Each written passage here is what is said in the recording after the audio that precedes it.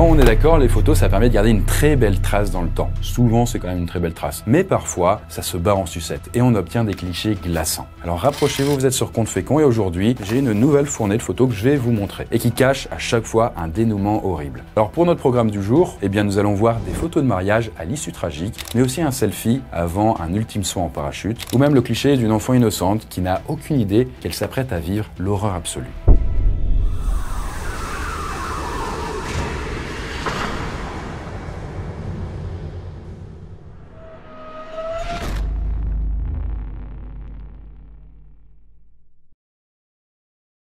Alors une fois n'est pas coutume, on commence notre série de photos en parlant d'une célébrité. Alors si vous suivez le football, et notamment la Première Ligue, qui est le championnat anglais, peut-être que vous avez compris de qui j'allais parler. Surtout que c'est assez récent. En fait, il s'agit de Diogo José Teixeira da Silva, qu'on connaît plutôt sous le nom de Diogo Jota. En fait, c'est un footballeur portugais qui évolue au poste d'attaquant à Liverpool, au moment où cette photo est prise. Alors c'est un cliché qui est pris au plus beau jour de sa vie, car là il s'unit avec Ruth Cardoso, avec qui il a déjà 3 enfants. En fait leur mariage s'est déroulé le 22 juin 2025 et c'est une semaine plus tard, le 29 juin, que Diogo Jota va publier ça sur Instagram. Et j'avoue que la photo est superbe. Mais comme vous pouvez vous en douter, c'est le dernier cliché qu'on aura de lui. Parce que quelques jours plus tard, dans la nuit du 2 au 3 juillet, eh bien notre attaquant de Liverpool va en effet perdre la vie au volant de sa bagnole, dans la province de Zamora en Espagne. À ce moment-là, il était en compagnie de son frère, André Silva, qui était également footballeur et qui va aussi périr sur le coup.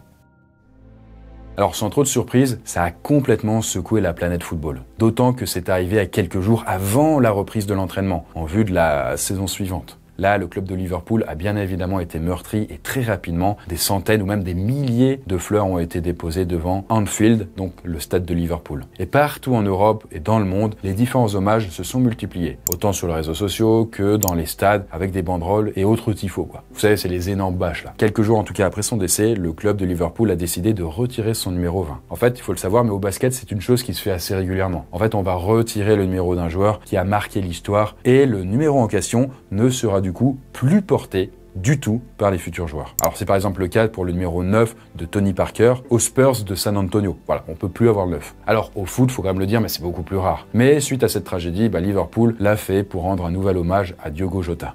Je pense que c'est la première fois dans l'histoire du Liverpool Football Club qu'un tel honneur est rendu à un individu. On peut donc dire qu'il s'agit d'un hommage unique à une personne unique et merveilleuse. Diogo nous a rejoint en 2020, il nous a permis de remporter notre 20e Première Ligue et il a porté ce numéro avec honneur, distinction et affection.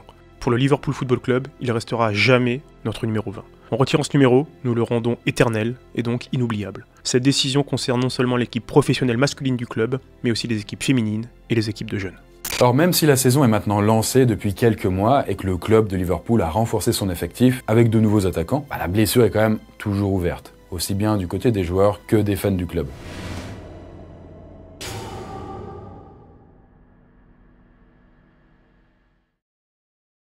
Alors pour cette deuxième photo là, on change complètement de latitude. Et aussi d'habitude. Parce que contrairement aux photos où on arrive facilement à identifier une ou deux personnes, là, bon, c'est un peu plus dur. On voit surtout un porte-conteneur gigantesque, quoi, et c'est tout. Et justement, c'est le SS El Faro. C'est un navire cargo américain qui parcourt les mers depuis les années 70. En fait, le 29 septembre 2015, il est photographié à Jacksonville, en Californie. Et là, la personne qui prend ce cliché, alors que le bateau est en train de quitter le port, eh bien, elle n'a aucun moyen de savoir que c'est la dernière fois que le cargo sera immortalisé. Parce que ce soir-là, El Faro commence son voyage en direction de San Juan, à Porto Rico, qui est un trajet assez court quand on sait que ce genre de bâtisse traverse parfois vraiment le globe entier. Et bon, en tout cas, à son bord, on trouve pratiquement 400 conteneurs. Mais surtout, il y a une équipe composée de 33 personnes, 28 Américains et 5 Polonais. D'ailleurs, précision de taille, qui va avoir son importance dans notre histoire, une tempête tropicale est en train de se former pas loin du tracé original du voyage. Vous voyez ici. Mais le capitaine du bateau, il s'appelle Michael Davidson, et lui, il estime que le bateau passera assez loin pour pas courir de risques. Sauf que petit à petit, la dite tempête se transforme en quelque chose de plus dangereux, l'ouragan Joaquin. Le problème, c'est que là, le capitaine Davidson, il commence à prendre une suite de décisions toutes aussi catastrophiques les unes que les autres. Et aux premières lueurs du 1er octobre, un peu plus de 24 heures après avoir quitté Jacksonville, là c'est le drame. En fait, El Faro s'enfonce de plus en plus dans l'ouragan Joaquin et c'est justement sa dernière position connue. Et autant vous dire qu'à ce moment-là, c'était peine perdue et le bateau fait naufrage, en emportant l'intégralité de son équipage avec lui. Bon, des recherches vont rapidement être menées, mais avec l'ouragan, ça a été très compliqué de faire ça dans des conditions quand même sécurisées. Et donc il va falloir attendre plusieurs jours pour avoir du concret. Dans un premier temps, une bouée de sauvetage de El Faro va être repérée. Et dans un deuxième temps, un corps non identifié dans une combi de survie a été retrouvé, mais on n'a pas pu le récupérer. Donc là, les secours vont aussi apercevoir un canot de sauvetage endommagé, mais surtout inoccupé. Parce qu'il y a maintenant une chose à faire, c'est trouver l'épave. Et c'est alors qu'un mois après la disparition du bateau que l'équipe de recherche a identifié un objet le 31 octobre à une profondeur à peu près de 4600 mètres. On est donc clairement sur le plancher océanique. Mais il faudra attendre alors 2 semaines de plus pour que l'épave soit confirmée, qui est celle de El Faro. Mais dans tout ça, il restait quand même une dernière case à cocher, et c'est celle de retrouver les boîtes noires. Et là, ce sera chose faite, mais seulement le 5 août 2016, donc quand même 10 mois après le naufrage. C'est hyper long. Bon, en tout cas, après l'épluchage complet des échanges et des données retrouvées, on a le droit là à un rapport final publié 2 ans après le drame. Alors ce sera un énorme pavé de 199 pages qui détaille les faits, l'analyse et les conclusions. Nos enquêteurs estiment que le responsable principal est le capitaine Davidson. Ce dernier a sous-estimé la force de la tempête et la vulnérabilité du navire par mauvais temps, et n'a pas pris suffisamment de mesures pour éviter la tempête, même si son équipage avait soulevé des préoccupations concernant sa force croissante et son changement de direction. Si par miracle le navire avait survécu à cette épreuve, les actions de Davidson auraient été un motif pour révoquer sa licence de capitaine. En parallèle, Tot Maritime, propriétaire d'El Faro, a commis plusieurs violations concernant les périodes de repos et les heures de travail des membres d'équipage. Il n'y avait pas non plus d'officier de sécurité dédié pour superviser le navire, et le bateau utilisait des canots de sauvetage à ciel ouvert obsolètes au lieu des embarcations de survie modernes et fermées.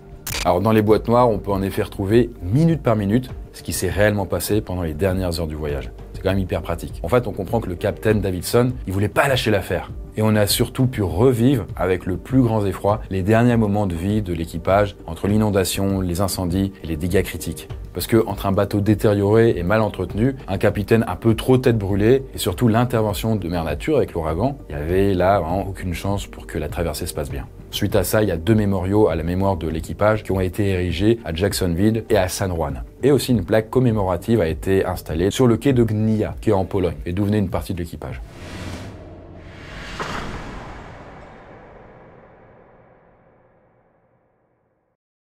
Alors pour cette 3e photo, on va prendre de la hauteur, même j'ai envie de dire pas mal de hauteur. Pour l'instant, parlons du cliché, qui comme d'habitude là, ne laisse pas présager du pire. Parce que cette jeune femme, c'est Jade Damarel, qui est une parachutiste britannique de 32 ans. Et là, qui est très loin d'être à son premier coup d'essai. Parce que la dame a déjà effectué plus de 500 sauts. Elle est experte en la matière. Sauf que le 27 avril 2025, elle s'apprête à faire un nouveau saut. Sur le papier, il n'y a rien de différent par rapport à son habitude, mais dans la nuit qui vient de se passer, Jade a rompu avec son petit ami. Alors, ça l'affecte beaucoup et c'est vraiment un euphémisme quand vous allez connaître la suite. Bref, on est du côté du comté de Durham, dans le nord-est de l'Angleterre, et là, Jade saute donc de son avion à plus de 4500 mètres d'altitude. Mais le problème de taille, c'est que son parachute ne s'ouvrira pas et que Jade va s'écraser dans un champ à Chawton Colliery.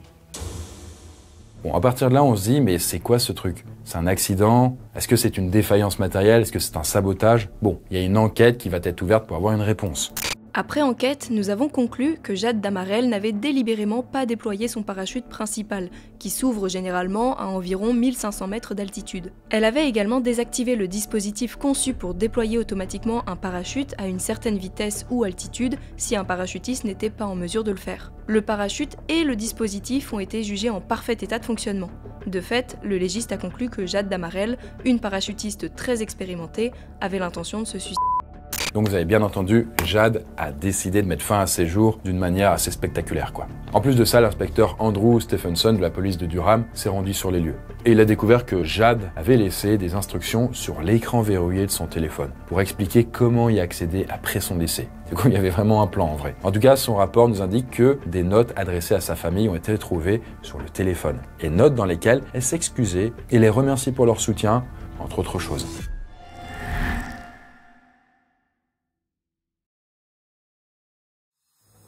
Alors pour notre 4e photo, là, parlons d'un très beau jour dans la vie des gens et qu'on a déjà vu pour notre première photo, puisque c'est celui du mariage. Parce que là, je vous présente Harley Joe Morgan, 19 ans, et Rhiannon Boudreau Morgan, 20 ans. Ils s'unissent pour le meilleur et pour le pire à Orange, non pas en France, mais aux États-Unis, le vendredi 23 août 2018. Et là, évidemment, le pire va arriver pour eux, beaucoup plus vite que prévu. Parce que cette photo de mariage est la toute dernière qu'on va avoir d'eux vivants. Parce qu'une fois l'alliance célébrée, le couple monte au volant de leur Chevrolet pour rejoindre le lieu suivant, sans doute où se déroulera une petite fête, quoi. Mais seulement quelques minutes plus tard, alors qu'il est 15h et qu'ils viennent de quitter le premier lieu, ils vont faire une horrible rencontre. Parce que là, le couple, fraîchement marié, est violemment percuté par un homme au volant d'une Ford F250. Donc voilà, c'est un sacré véhicule, ça ressemble à ça. Et en plus, il tracte une remorque, sur lequel il y a un tracteur. Là, autant vous dire que la collision est d'une violence inouïe. Si fort en fait que du coup, Harley et Rhiannon décèdent sur le coup. Avec ma fille, on était juste derrière la voiture, on a été témoin de la collision. Ils venaient de se marier, ils n'étaient mariés que depuis 5 minutes. La seule chose qu'ils voulaient, c'était se marier et commencer leur vie. Ils avaient tous les deux tellement de rêves, j'étais là et j'ai vu ce qu'il s'est passé. J'ai vu mon bébé mourir, je porte encore le sang de mon fils, car j'ai fait de mon mieux pour les sortir de la voiture. J'ai été témoin de mon pire cauchemar. C'est une image qui me hantera toute ma vie, et je ne l'oublierai jamais. Je verrai ce camion heurter mon bébé et tuer mon bébé chaque nuit de ma vie jusqu'à la fin de mes jours. Si vous avez des enfants, rentrez chez vous et serrez-les dans vos bras, car maintenant, moi je n'ai plus mon enfant. Je n'ai plus la seule chose dans ma vie qui me rendait heureuse. En tout cas, l'homme au volant de la Ford, lui, n'a pas été blessé. En tout cas, la police d'Orange a indiqué qu'une enquête a été ouverte et que des analyses de drogue et d'alcool ont été menées sur le conducteur de la Ford. En tout cas, nous, en épluchant les différents articles qui ont parlé de l'affaire, apparemment, il n'y a eu aucune condamnation. On a simplement eu affaire à un accident de la route. Même si l'issue a été dramatique et que vraiment, c'était vraiment très malvenu. Parce que ce qui devait être le plus beau jour de la vie de Harley et Rhiannon l'a été, mais que pendant quelques instants. En tout cas, le pire en plus là-dedans, c'est que la mère qui a tout vu, parce qu'elle était sur la voiture derrière, elle doit encore très certainement se trimballer un bon traumatisme aujourd'hui.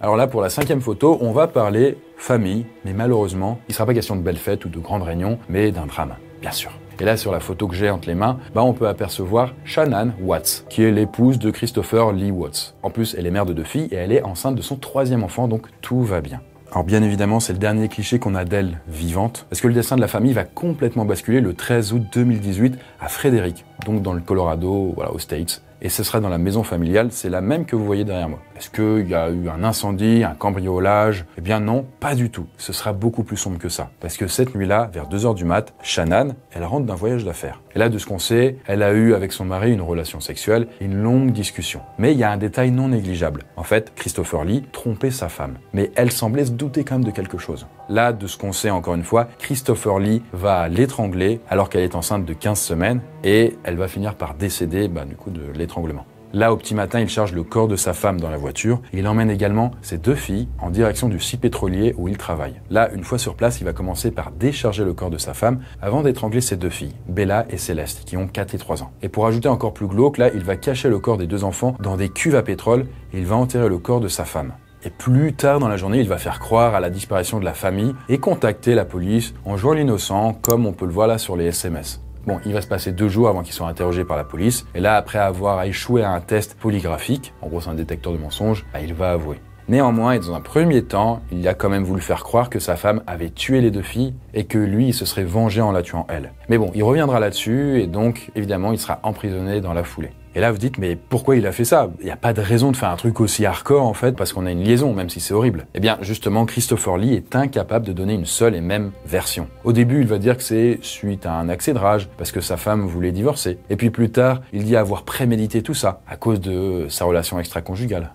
Il y a une oscillation entre les deux, mais a priori, ce serait plutôt pour la relation extra-conjugale. Bon, sans surprise, il va y avoir un procès qui aura lieu, et environ 3 mois après ce jour-là, le verdict tombe. Et Christopher Lee Watts est condamné à 5 peines de prison à perpétuité sans libération conditionnelle, auxquelles s'ajoutent 48 ans pour l'interruption illégale de grossesse et 36 ans supplémentaires pour la manipulation de cadavres. Donc en tout, 5 ans de perpétuité plus 84 ans. Ça fait plus qu'une vie humaine. Autant dire qu'il ne sortira jamais de prison et que c'est une très bonne nouvelle pour tout le monde. Et comme pour énormément de true crime, on a eu le droit à énormément de livres et de podcasts. Mais surtout à un docu de pratiquement 1h30 sur Netflix, qui retrace toute l'affaire.